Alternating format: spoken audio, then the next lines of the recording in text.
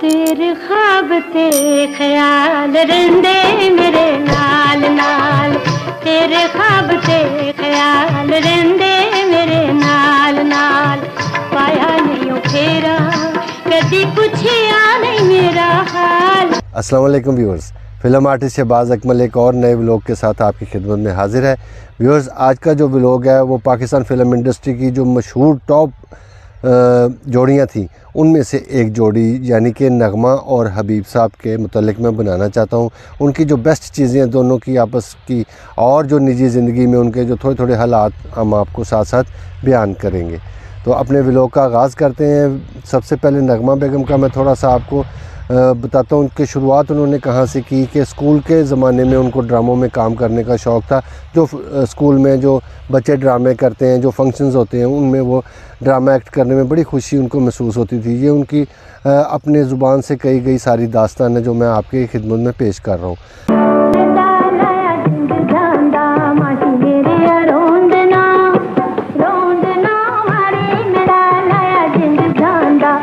तो जैसे मैंने आपसे ज़िक्र किया कि वो स्कूल में ड्रामे करती थी, उनको शौक़ था।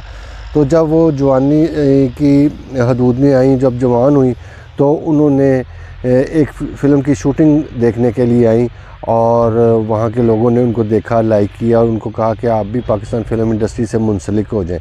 तो लिहाजा उनको जो पहली फ़िल्म मिली वो चौधरी फ़िल्म थी जो अकमल ख़ान साहब के साथ उनको दी गई और उसकी वो बेहतरीन फ़िल्म थी, कामयाब फ़िल्म थी। उसके बाद उनको दो ऐसी फ़िल्में मिली जिनसे उनका जो बूम पीरियड है वो शुरू हुआ, जिसमें से एक फ़िल्म का नाम था एक परदेसी एक मुटियार। उसमें इनको कास्ट किया गया और वो बड़ी कामयाब फ़िल्म रही, उससे इनको बड़ी शोहरत मिली। उसके बाद हाथ जोड़ी जो थी एक फ़िल्म, वो बहुत सुपरहिट फ़िल्म थी और आज भी लोग उसको याद करते हैं, बड़ी चर्चा होती है उसकी फ़िल्म की। बड़ी बेहतरीन वो मूवी थी, उसमें भी इनको कास्ट किया गया और वो इतनी सुपर डुपर हिट हुई कि उससे इनको सफ़े अव्वल की हीरोइन में हम शुमार करने लग गए उस दौर में और पाकिस्तानी फ़िल्म इंडस्ट्री की क्वीन का ख़िताब भी इनको मिला।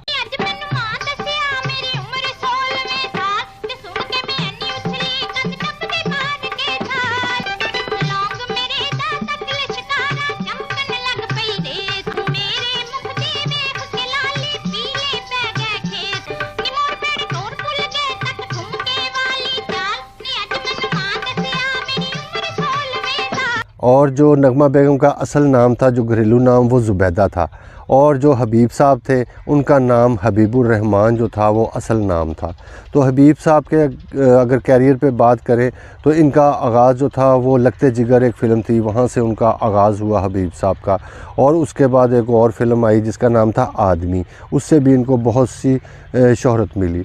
और नगमा हबीब की जो इकट्ठी फ़िल्में हैं वो उसमें हार गया इंसान 1975 में रिलीज़ हुई। उसके बाद बाबल दा वेड़ा जो थी वो बड़ी नामवर फ़िल्म थी, वो भी 1968 में जो रिलीज़ हुई और बहुत वो कामयाब रही। दुनिया पैसे दी 1971 में इन दोनों की जो वो रिलीज़ हुई। उसके बाद लंगोटिया एक फ़िल्म आई 1969 में, तो वो भी उनकी जो आपस में मतलब समझ लें कि दोनों इस फ़िल्म में मौजूद थे और ये राइज़ करते रहे पाकिस्तान फ़िल्म इंडस्ट्री पे। इन्होंने बहुत अरसा राज किया और इनका इतना नाम हुआ कि बच्चे बच्चे की ज़ुबान पर नगमा और हबीब की जोड़ी का जिक्र था। उसके बाद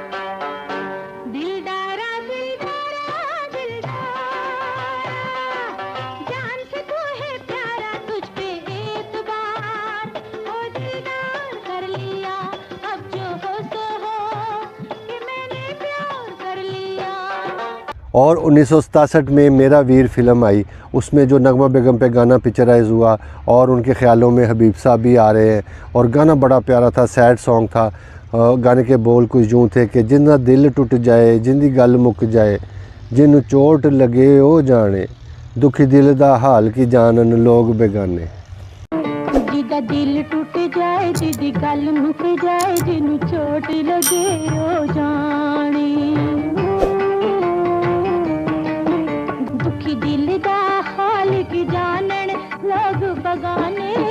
बाद अत खुदा दा फैर एक फ़िल्म थी जो 1970 में रिलीज़ हुई। और फिर एक गाना जो बहुत कल्चरल सा उसका जो माहौल था, शायरी बड़ी प्यारी थी कल्चरल, तो उसमें सरसों के साग और मकई का जिक्र किया गया और गाना बड़ा मशहूर हुआ, आज भी लोग सुनते हैं कि गंदलां दा साग उत्ते मक्खन मकई रिन के ले आई हूं मैं सज्जना दे लई।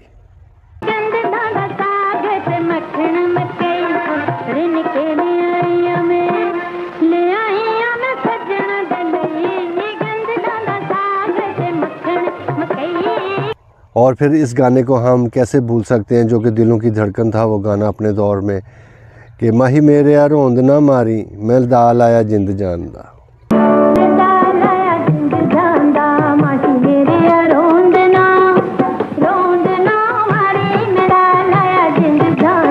और फिर 1970 का जो दौर आया, 1970 की दिहाई जब शुरू हुई तो फिल्म एक बनी डेरा सजना दा। उसमें गाना एक बड़ा मशहूर हुआ उस ज़माने में, तेरे ख्वाब ते ख्याल रहंदे मेरे नाल नाल।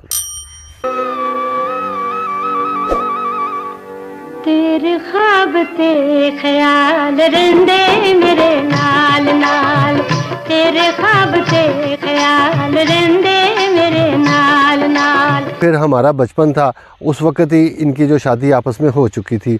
नगमा बेगम जो थी वो हमारी महल्लेदार थी, न्यू मुस्लिम टाउन ए में, ब्लॉक ए में हम रिहाइश हमारी थी लाहौर में, तो वहाँ पे ही उनकी कोठी थी। तो हम अक्सर शाम को साइकिलिंग वगैरह करते थे, सब दोस्त मिल के सड़कों के ऊपर साइकिल चलाते थे। तो हम अक्सर इनके घर के आगे से गुजरते, तो शाम को कई दफ़ा हमने देखा कि नगमा और हबीब जो है वो इकट्ठे घर के अंदर दाखिल हुए हैं। और नगमा बेगम बड़ी खूबसूरत थी उस वक़्त, और उनकी जो चुटिया थी वो इतनी मोटी हुआ करती थी। तो हमने देखा कि भी ये देखें कैसी हीरोइन है, इतने भारी बाल हैं इनके। तो माशाल्लाह वो बड़ी खूबसूरत जोड़ी थी, बड़ी प्यारी जोड़ी थी। गल मैं नहीं की कोई तेरे नाल ने, हुस्न ते जवानी तेरे दोने कमाल ने, सोना चांदी विच मिला के सारियां हूरां कोल बिठा के, रब ने कड़ियारी जाना के मुखड़ा चन वर्गा है। तो हबीब साहब तो अब इस दुनिया में नहीं रहे, तो नगमा बेगम ये अपनी बेटी की जो हिफाजत कर रही हैं और उनके साथ उनका ज़िंदगी का जो वो सफ़र है वो चल रहा है। तो हबीब साहब का ये है कि हबीब साहब का भी मैंने अपने ब्लॉग में कुछ बताया भी हुआ पहले भी, तो वो जो थे वो उनकी भी जो ज़िंदगी स्ट्रगल में गुजरी। तो शादी उनकी पहले भी हुई थी, उसमें से बच्चे भी थे उनके, तो उनको ये प्यारी लगी, अच्छी लगी, साथ काम करते थे, इनकी जोड़ी बन गई। तो बहरहाल फिर दो शादियाँ तो दो ही होती हैं, तो उस वजह से फिर इनकी आपस में फिर नाचाकी हो गई।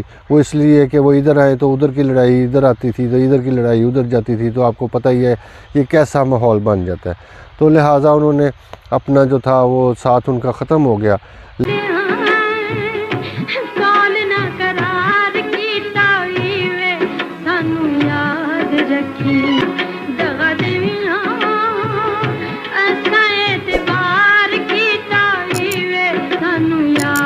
लेकिन वो ये था कि नगमा बेगम ने बड़ी इज़्ज़त की, जैसे मैंने आपसे पहले भी जिक्र कर चुका हूँ कि नगमा बेगम बहुत इज़्ज़त करती थी तलाक़ होने के बाद भी तो हबीब साहब की। और जब भी वो आते थे सेट पे तो उठ के खड़ी हो जाती थी। माशाल्लाह वो बड़ी अच्छी तरबियत थी नगमा बेगम की। और फ़िल्म इंडस्ट्री में भी उन्होंने बड़े प्यार से काम किया, बड़ी इज़्ज़त के साथ काम किया। मेरे बाप के साथ भी काम किया, मेरे साथ भी बहुत सा माशाल्लाह उन्होंने काम किया, और बड़ी फ्रेंडली बिहेव उनका था और बड़ा प्यारा। और हबीब साहब भी बड़ी इज़्ज़त करने वाले आदमी थे, और इज़्ज़त करने की वजह से उनको इतना काम मिला। एक तो उनकी वजाहत अच्छी थी, अच्छे आर्टिस्ट थे, और दूसरी बात उनमें ऐड ये थी कि वो इज़्ज़त बहुत करते थे प्रोड्यूसर की, डायरेक्टर की, छोटे की, बड़े की, सब की। तो माशाल्लाह सारी फ़िल्म इंडस्ट्री उनसे प्यार करती थी। तो ये एक ऐसी जोड़ी थी जिसका मैं आपसे ज़िक्र करना चाहता था, और उनकी यादें जो थी वो हम ताज़ा करना चाहते थे। तो इसलिए आज मैंने ये ब्लॉग बनाने का इरादा किया। तो अल्लाह ज़िंदगी दे आपको भी, मुझे भी। इंशाल्लाह ये सिलसिले चलते रहेंगे। आपको घर बैठे इंशाल्लाह मैं हर किस्म की इन्फॉर्मेशन देता रहूँगा फ़िल्म इंडस्ट्री के मुतल्लिक़, हर बंदे के मुतल्लिक़। आइंदा आने वाले वक्तों में भी इंशाल्लाह बहुत से व्लॉग बनेंगे। अल्लाह आपकी खैर करे, और आप ऐसे मेरे जो शोज़ हैं वो देखते रहें और लाइक करते रहें।